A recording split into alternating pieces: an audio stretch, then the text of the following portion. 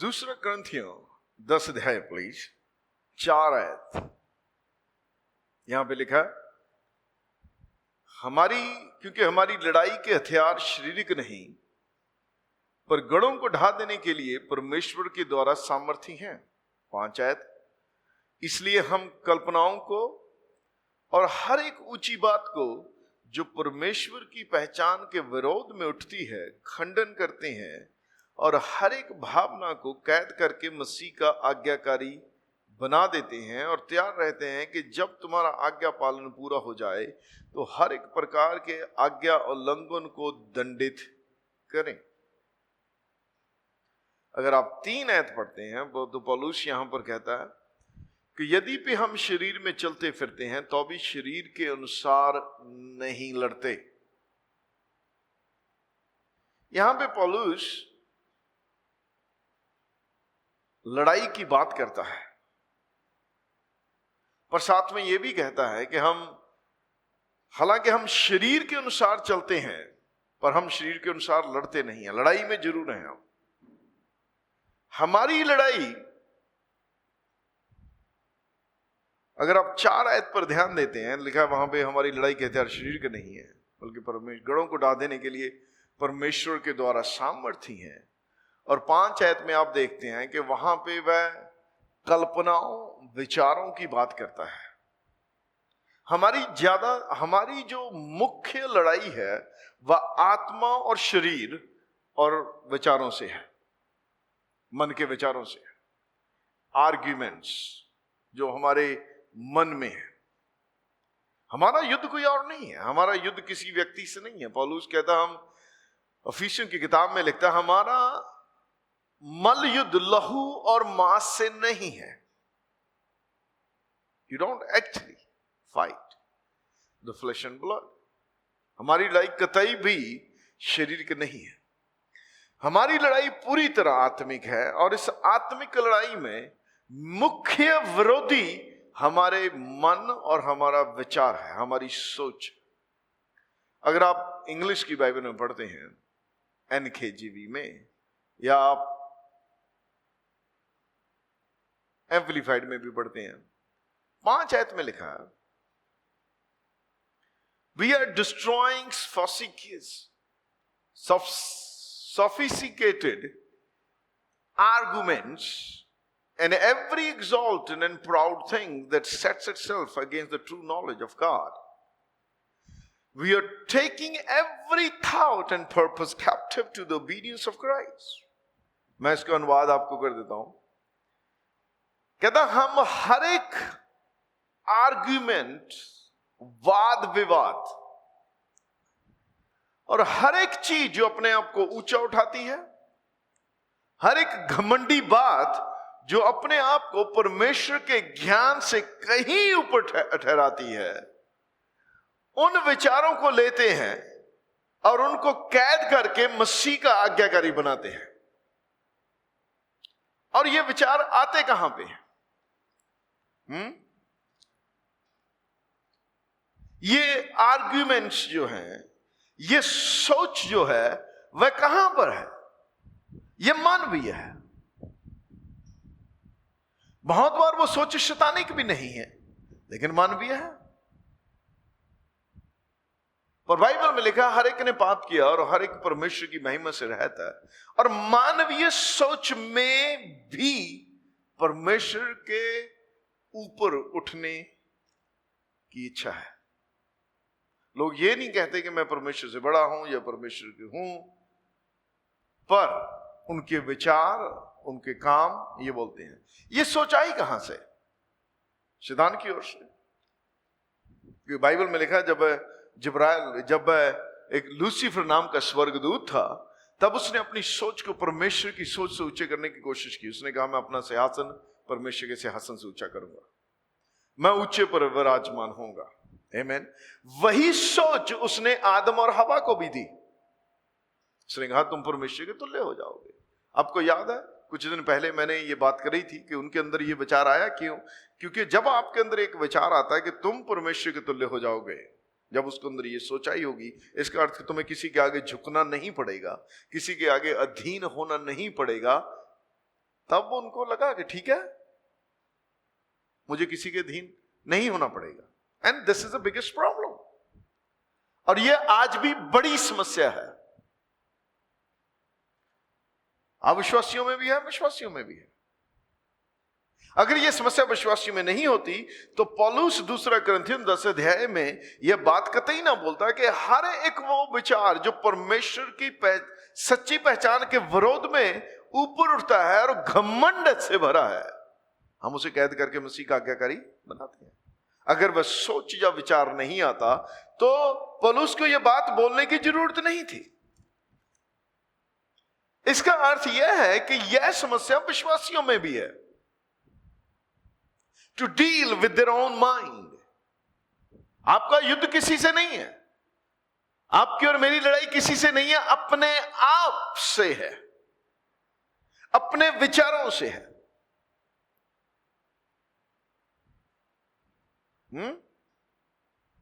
किससे?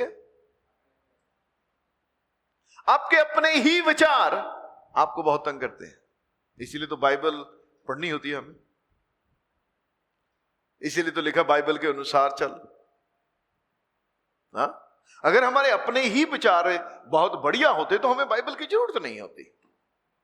आपको याद है जब हम आज बोल रहे थे आराधना में और मैंने कहा प्रभु तू मुझसे तेरा नाम ऊंचा है। मेरे दिमाग में ये विचार कभी नहीं है, पर आज पहली बार ऐसा आया।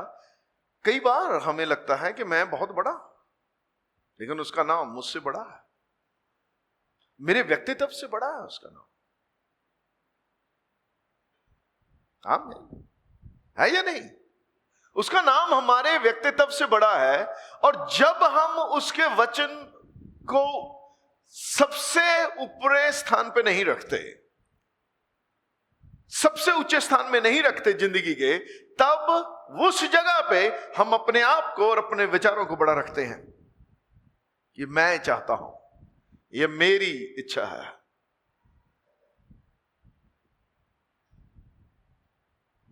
और पौलुस कहता है कि हमारा बल युद्ध लहू और मांस से नहीं है। हम हर एक विचार को कैद करके मसीह का आज्ञाकारी बनाते हैं। इसका अर्थ जो विचार मेरे अंदर आता है मैं उसको पकड़ता हूं और परमेश्वर के वचन के अधीन ले आता हूं, और मैं कहता हूं कि मैं जो सोचता हूं वो नहीं करूंगा, बल्कि जो परमेश्वर का वचन कहता है मैं उसके अनुसार करूंगा, मैं उसके अनुसार चलूंगा। आपको मालूम है अधीनता सबसे बड़ी समस्या है, आरंभ से थी। यह समस्या लूसीफर में हुई। लूसीफर को क्या प्रॉब्लम थी? वह एक बेहतर स्वर्गदूत था। बाइबल में लिखा है वह सब कुछ उसके अंदर सांचा गया था, वह रचा गया था, वह अभिषिक्त करूब था। अभिषिक्त करूब परमेश्वर के सामने खड़ा रहता था।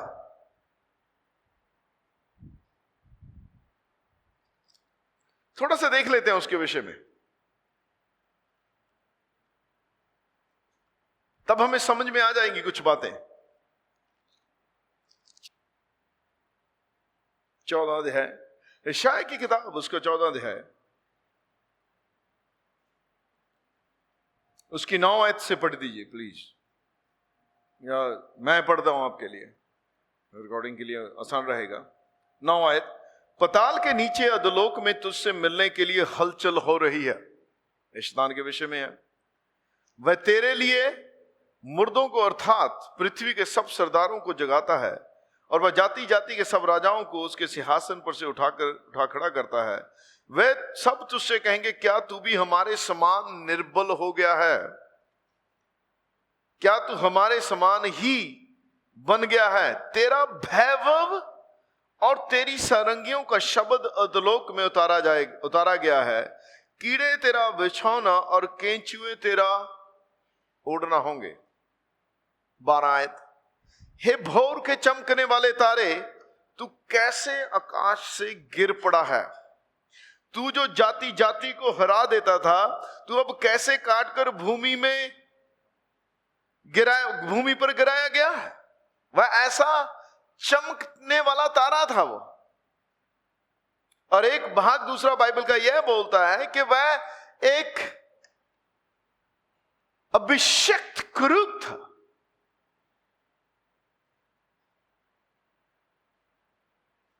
अभिषिक्त, वह धुंधला तारा नहीं था। उसमें लाइट थी, पर वो लाइट परमेश्वर की रिफ्लेक्शन थी, उसमें प्रतिबिंब था। जो परमेश्वर की रोशनी उससे जाती थी, वह उससे ही चमकता है। लेकिन उसके अंदर भी आया कि मैं बहुत बड़ा हूं, मैं अपने आप को परमेश्वर से भी बड़ा करूंगा। यहां पे देखिए उसकी सोच क्या थी। तू मन में कहता तो था मैं स्वर्ग पर चढ़ूंगा, मैं अपने सिंहासन को मैं स्वर्ग पर चढ़ूंगा, मैं अपने सिंहासन को ईश्वर के तारागण से अधिक ऊंचा करूंगा और उत्तर दिशा की शोर पर सभा के पर्वत पर विराजूंगा। मैं मेघों से भी ऊंचे ऊंचे स्थानों के ऊपर चढ़ूंगा, मैं परम प्रधान के तुल्य हो जाऊंगा। आपको मालूम है, यही बात उसने आदम और हवा से भी कही कि जिस दिन तुम फल खाओगे तुम परम प्रधान के तुल्य हो जाओगे, तुम परमेश्वर के तुल्य हो जाओगे।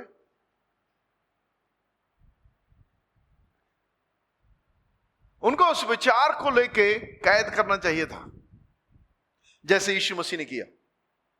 जब शैतान ने यीशु मसीह की परीक्षा की, उसने उसे कहा कि ये पत्थरों से कहे कि रोटी बन जाए। यीशु मसीह ने क्या किया? उसने उस वचन को लिया जो व्यवस्था में लिखा है कि मनुष्य केवल रोटी ही से नहीं बल्कि परमेश्वर के हर एक उस वचन से जीवित रहता है जो उसके मुख से निकलता है। उसने उस वचन को लिया, उसने शैतान के वचनों को या विचारों को कैद किया, उसने उसे मसीह के वचनों का या परमेश्वर के वचनों का आज्ञाकारी बनाया। फिर शैतान ने उसे कहा, बाइबल में लिखा पल भर में उसने उसे संसार के सारे राज्य दिखाए और कहा कि यदि तू मेरे आगे झुककर मुझे दंडवत करे तो ये मैं सारा तुझे दे दूंगा, क्योंकि ये मुझे सौंपा गया है और मैं जिसे चाहता हूं उसे दे देता हूं। यीशु मसीह ने उसे क्या कहा? वचन में लिखा है, क्या लिखा है? कि तू अपने प्रभु परमेश्वर को छोड़ और किसी की आराधना मैं तेरे आगे नहीं झुकूंगा। पौलुस यही बात यहां पर करता है कुरिन्थियों 10 अध्याय में कि हर एक वो विचार, हर एक वो कल्पना जो हमारे मन में परमेश्वर के से ऊपर उठती है, घमंड के विचार, मैं जो है, जो वाद विवाद है, जो तर्क है परमेश्वर के वचन से। हम किसी व्यक्ति से तर्क कर सकते हैं पर हम परमेश्वर से हमें तर्क नहीं करना चाहिए।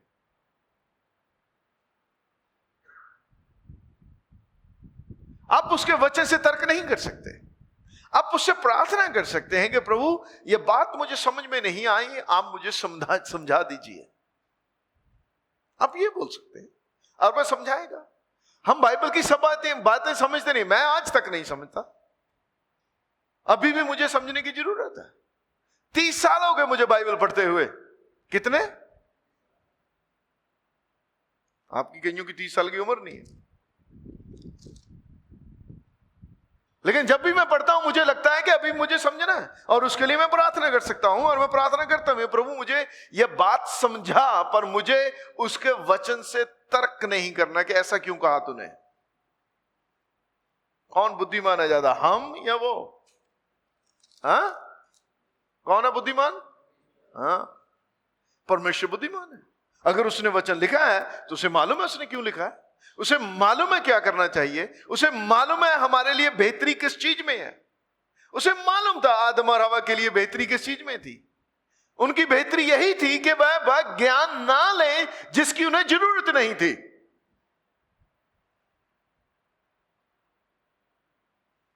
उसने क्या कहा? भले बुरे के ज्ञान का वृक्ष फल, उसका फल ना खाना। उस ज्ञान की उन्हें जरूरत नहीं थी, परमेश्वर काफी था उनके लिए। हमें भी जिंदगी में बहुत सी बातों की जरूरत नहीं है, हमारे लिए परमेश्वर काफी है। आमीन। बाइबल काफी है। कई बार लोग बहाना लगाते हैं, ब्रदर बस नॉलेज रखने के लिए ऐसा करता हूं, मैं किसी काम को सीखने के विषय में बात नहीं कर रहा हूं। Okay, that's different thing. पर जिंदगी जीने के लिए जो नॉलेज हम लेते हैं, संसार में जो संसार ज्ञान देता है कि ऐसे जीना चाहिए, ऐसे करना चाहिए, वैसे कपड़े पहनने चाहिए, ये खाना खाना चाहिए, ये खाना नहीं खाना चाहिए, ऐसा स्टाइल मारना चाहिए, आपको और मुझे उस ज्ञान की जरूरत नहीं है संसार से। परमेश्वर के पास बेहतर ज्ञान है हमारे लिए।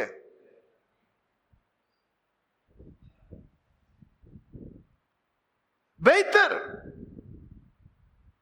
वह ज्यादा बुद्धिमान है आपसे और मुझसे, वह संसार से कहीं ज्यादा बुद्धिमान है।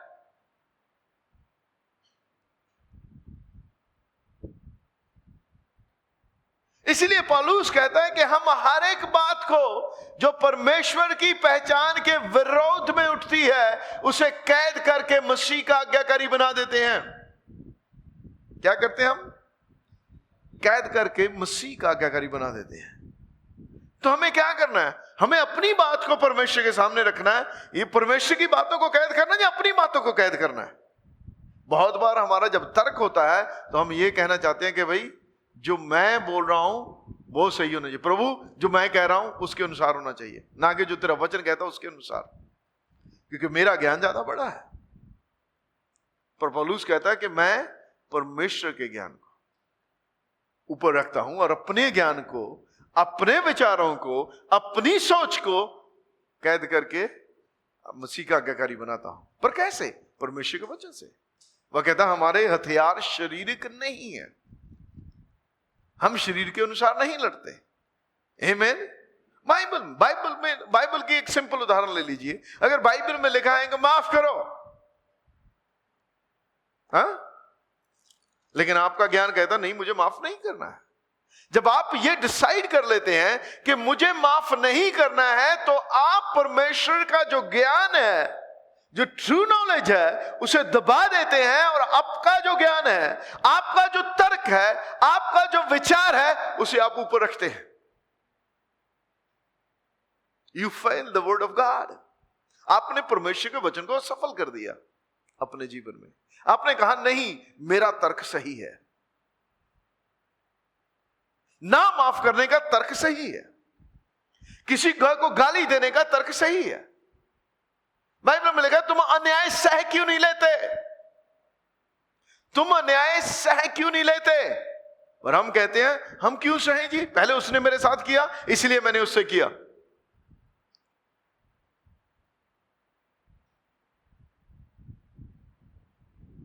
आप क्या कह रहे हैं? आप कह रहे हैं प्रभु तेरा ज्ञान नहीं मेरा ज्ञान सही है, मेरा ज्ञान सही है, मेरा तर्क तुझसे ज्यादा बड़ा है, मेरा विवाद जो मैं बोल रहा हूं वो ज्यादा बड़ा है जो तू बोल रहा है। ये मैं कुछ उदाहरण दे रहा हूं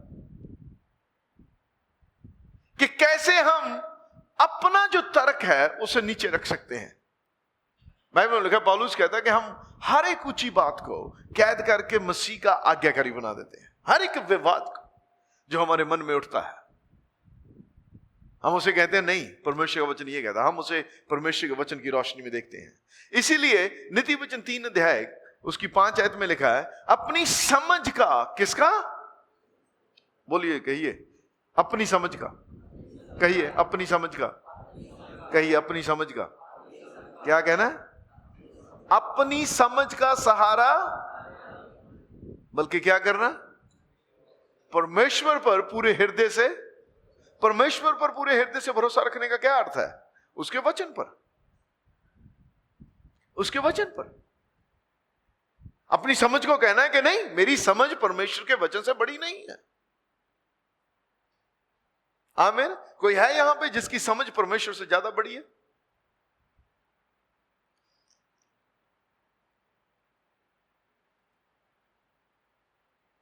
एनीबडी जिसकी समझ परमेश्वर से ज्यादा बड़ी है? लेकिन मनुष्य के जो सबसे ज्यादा बुद्धिमान है वह परमेश्वर की मूर्खता उससे भी बड़ी है, बुद्धिमान है। तो हमारी सबसे बड़ी बुद्धि परमेश्वर की मूर्खता से छोटी है, तो हमारी समझ कैसे बड़ी हो सकती है परमेश्वर से? यह संभव नहीं है। हमें अपने विचारों को कैद करना है, दूसरों को नहीं। आप दूसरे के विचारों को कैद नहीं कर सकते। लोग ऐसे रहेंगे, आप किसी की सोच बदल नहीं सकते।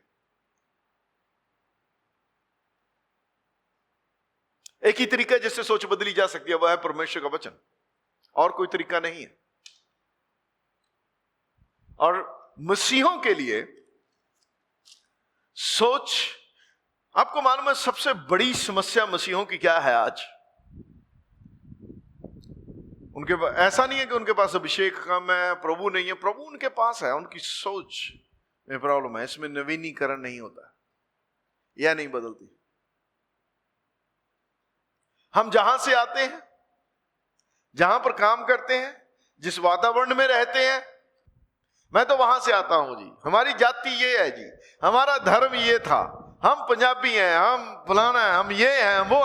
That's nonsense. बाइबल क्या बोलती है? हमारी सोच ये होनी चाहिए।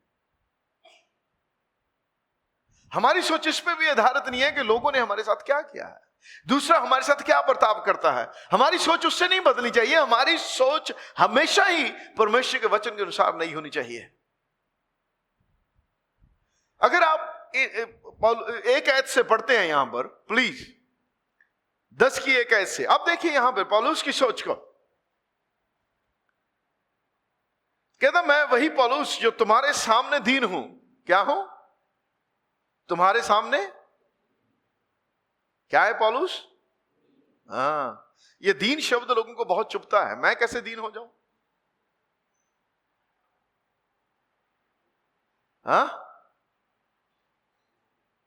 ये बहुत चुभता है। पर पौलुस कहता है कि मैं जो तुम्हारे सामने दीन हूं, परंतु पीठ पीछे तुम्हारी और साहस करता हूं, तुमको मसीह की नम्रता और कोमलता के कारण समझाता हूं। 2 आयत देखिए, मैं यह विनती करता हूं कि तुम्हारे सामने मुझे निर्भय होकर साहस करना ना पड़े। कहता मैं तुम्हारे सामने आके बहुत दिलेरी से नहीं बोलना चाहता।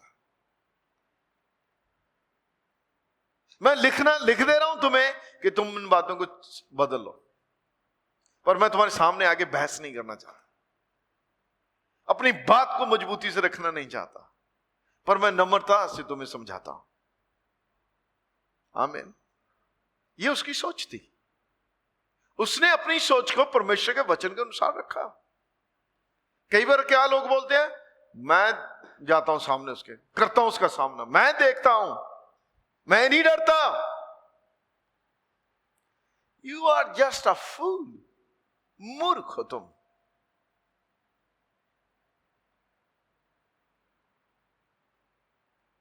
पौलुस को कुरिन्थियों की चर्च पे अधिकार था।